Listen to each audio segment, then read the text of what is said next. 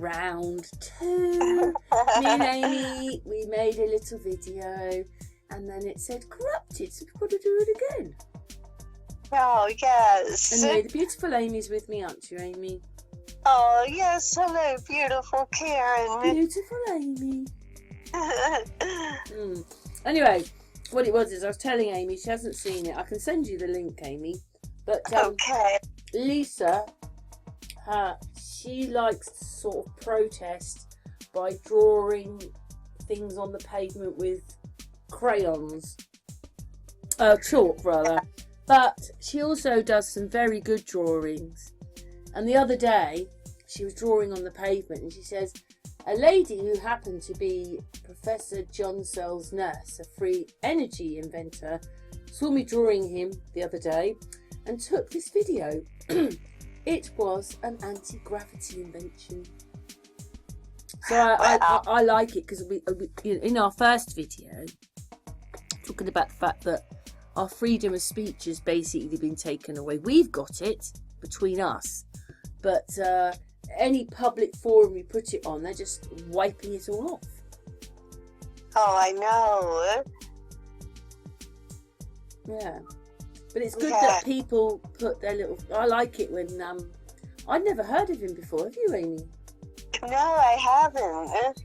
No, I've never heard of him before, but we might. Yeah. Well, should we put the little video on and then just look a little bit up about John Searle? Yeah. Let's do that, because I think the lady says in here and we can hear it, and then we can make a little video about it. Let's do that then. Let's play the little video that's Lisa's when she was drawing, and the lady who knows John Searle took this video. Yes, Amy? Okay, Karen.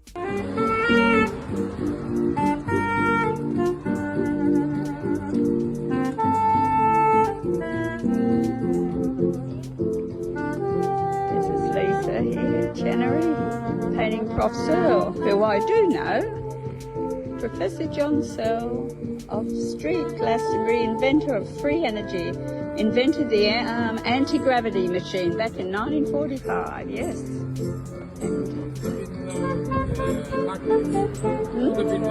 Yeah, yes it was.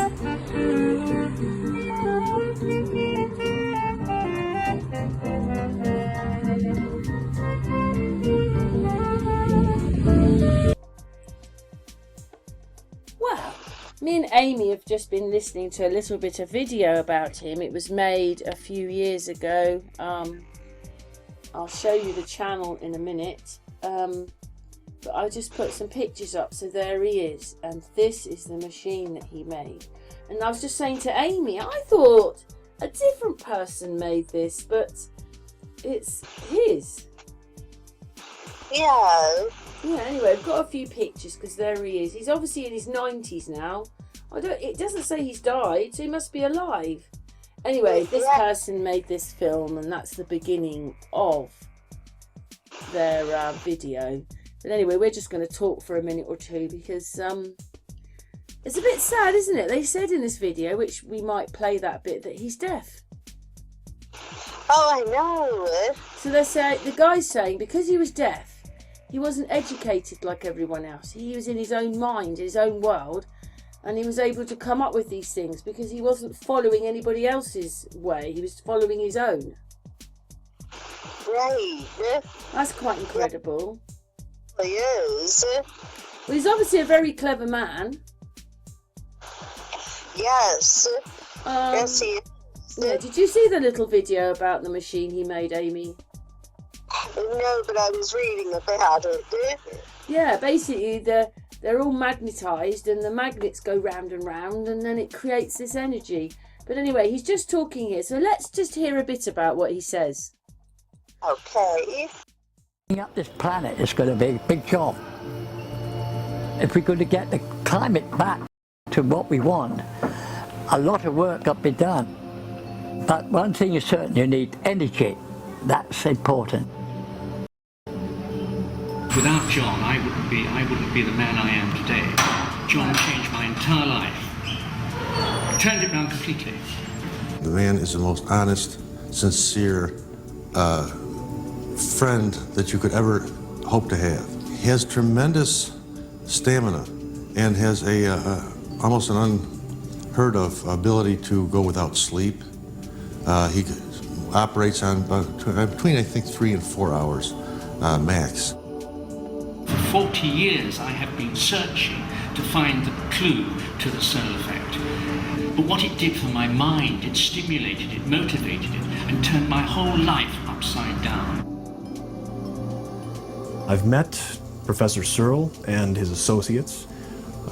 They're nice people. Clearly they believe in the SEG and the effects that they're talking about. Basically, the design is a conventional generator. Searle, according to Searle, tapped into 0-point energy without knowing how he did it. Here we had something we couldn't understand. It wasn't doing what I wanted. That's what a generator wanted. The only person that I know of who has ever succeeded in making a Searle effect generator, which it was named by someone else, given that name by someone else, but the only person I ever know who ever made one is John Searle. The problem is the people, they want to see the disc fly.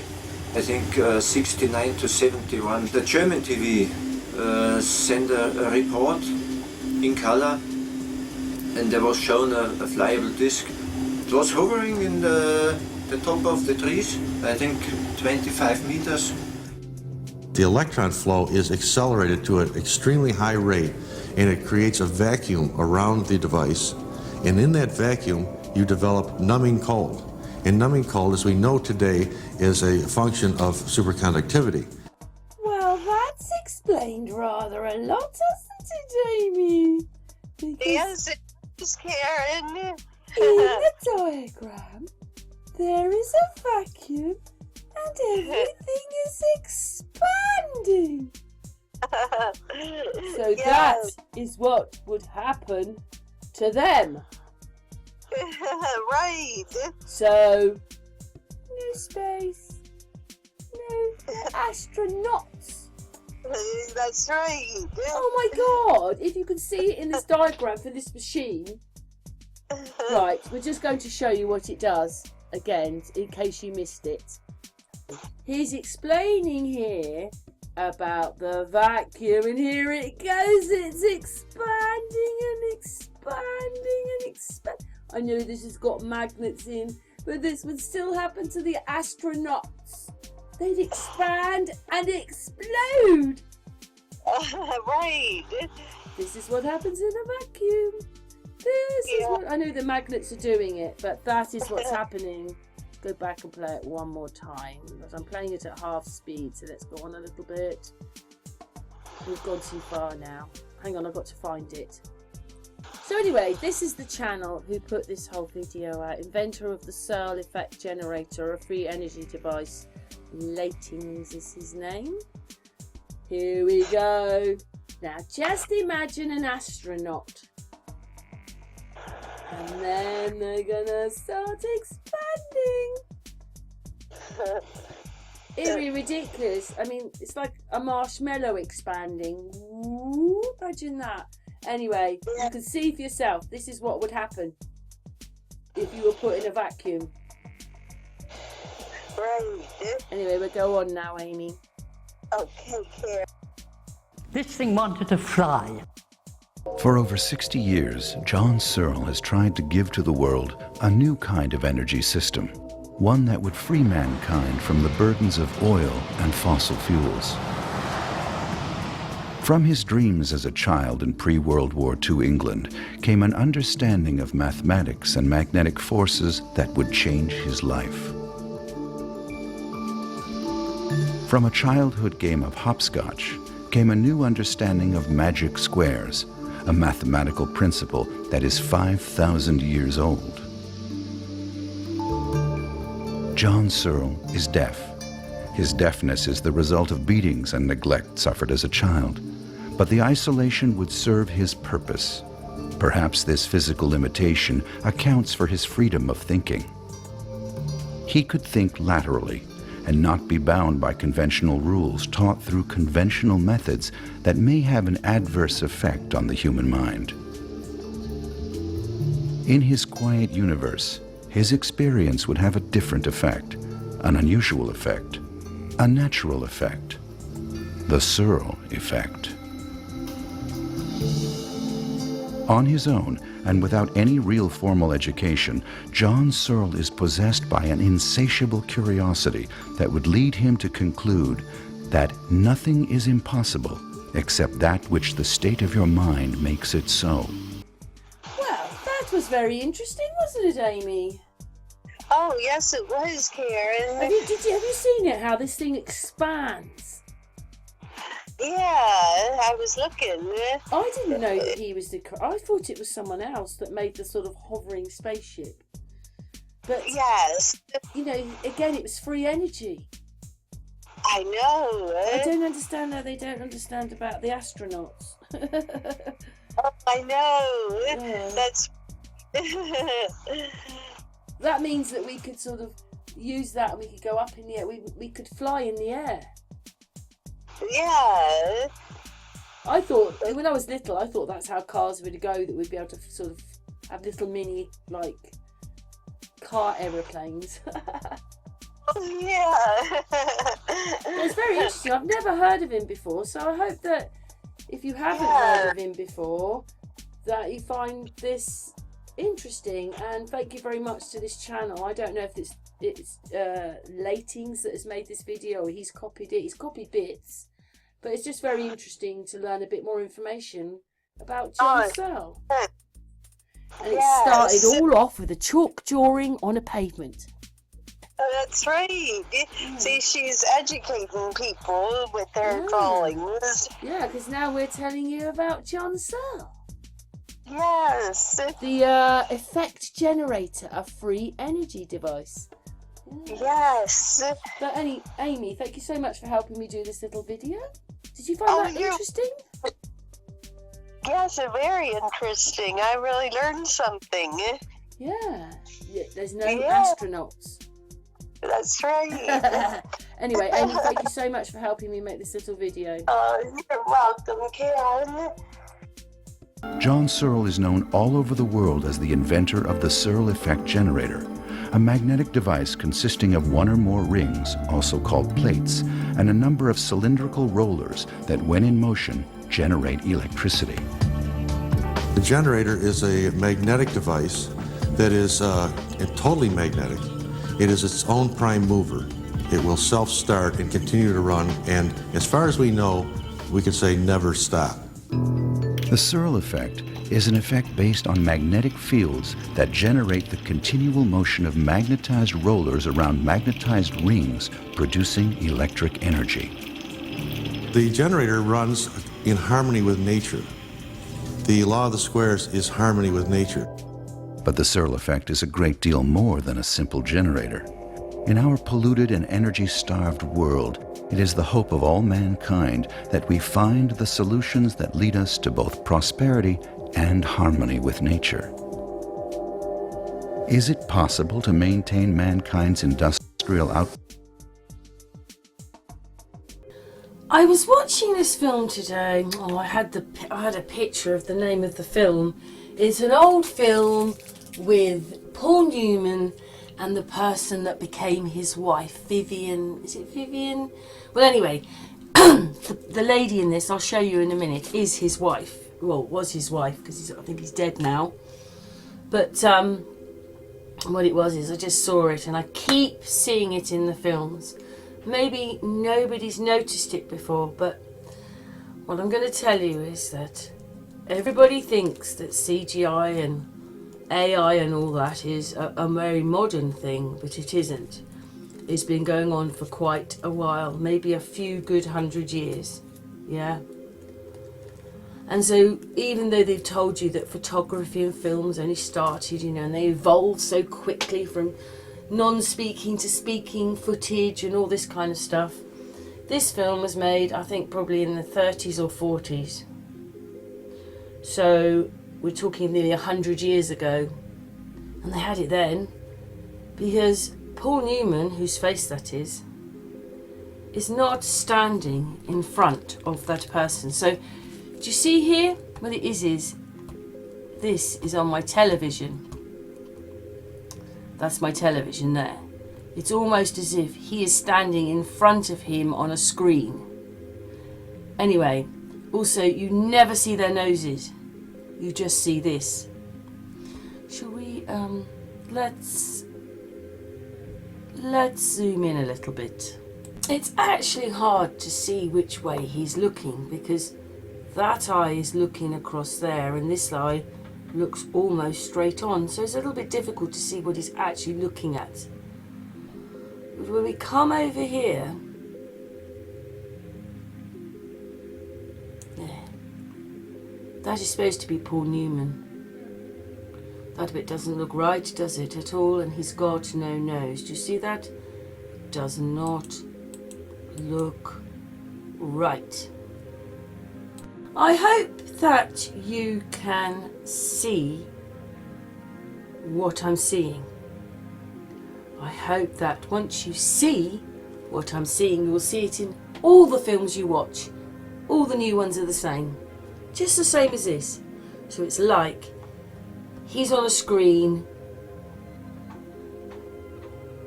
I don't know how they do it, but he is superimposed in. Well, he is superimposed in, doesn't matter which way around, or they're both superimposed in.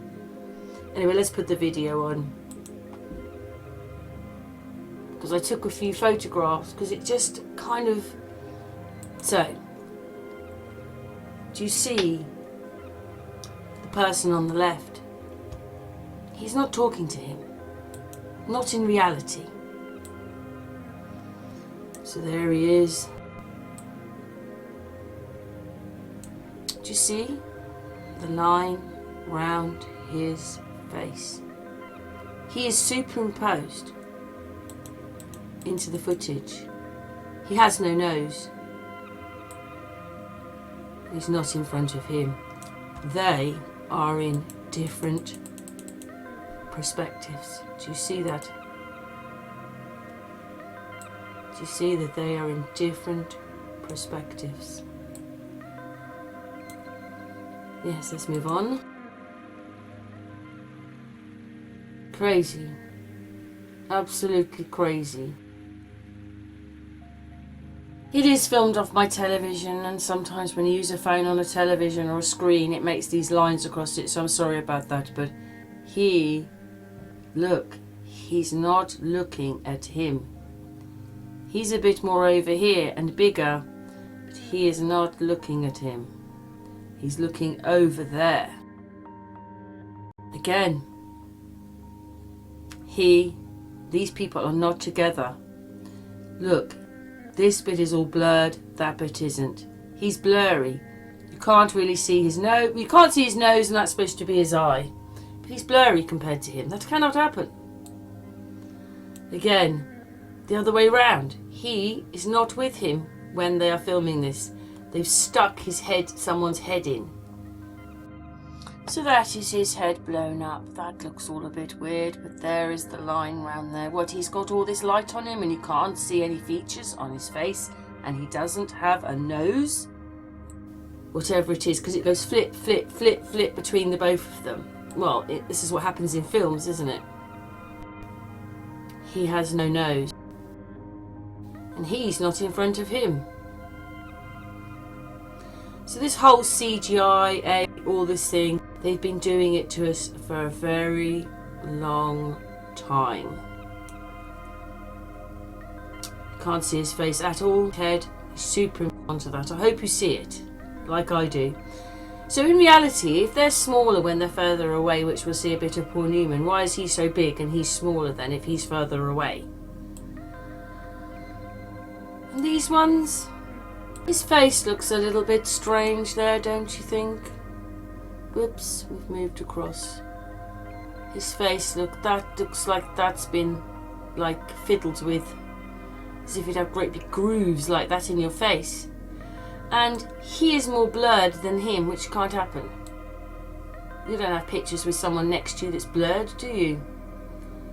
Yes, I don't know. I don't think that looks right, but I don't. The whole film is like this, see? The whole film is like this. So let's move on. Next picture. There you go. Another one. She is not in front of him. She's still not in front of him and they're not looking at you. They're not, it's not happening. They've been superimposed in together. Once you realise that, it's so simple. That's why I've struggled watching films. Because, you know, you just think these are all, look, he's not looking at her. He's not there. He's been superimposed in. I mean, oh, and this guy, it's just a bit, you know, like when you see this stuff, I just can't, I'm just loath to watch it, because we all thought that the end of the Tartaria, because the Second World War was actually the end, the First World War started it. This area was probably more safe and the films were real and everything. But it's just the same. How could they nearly 100 years ago do all this? But anyway, see this person? To me, he looks, not his voice, not his hair, but he looks a bit like Paul Newman. Just another version of Paul Newman when you look at that boy. And you see that, his nose, look at the noses. And the eyes. They're very alike.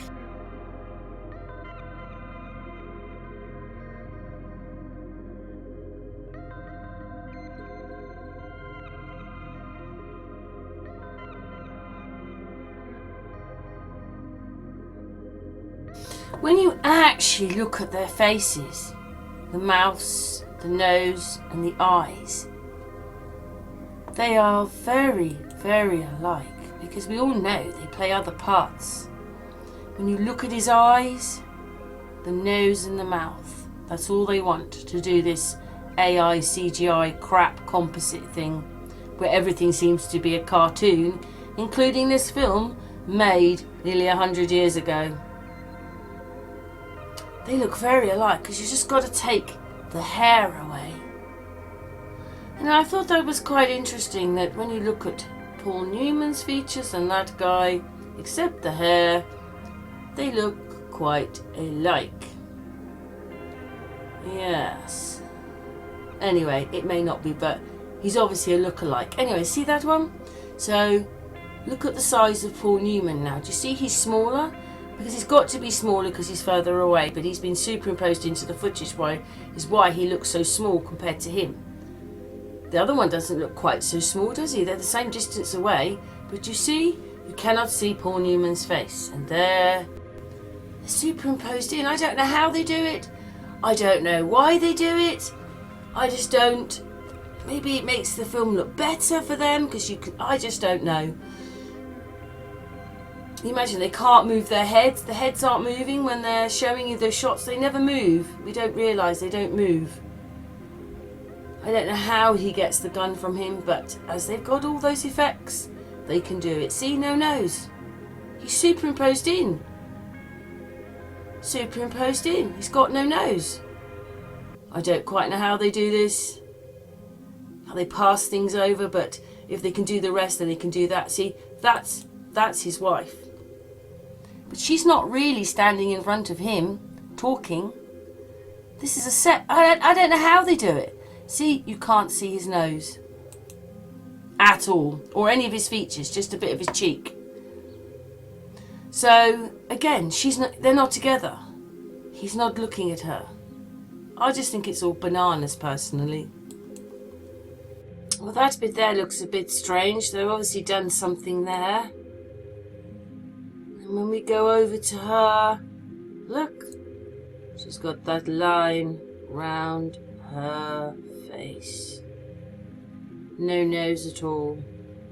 How do you even know it's her? Look at her ear. Look at that. What the hell is that? She's superimposed in. Superimposed into the footage. And he also has a line going on round his face, and I don't think that looks very good. That looks touched up as well, but once you take his hair away,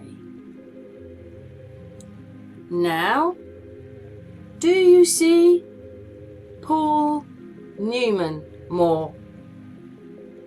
Anyway, thanks for watching my video. What's your thoughts?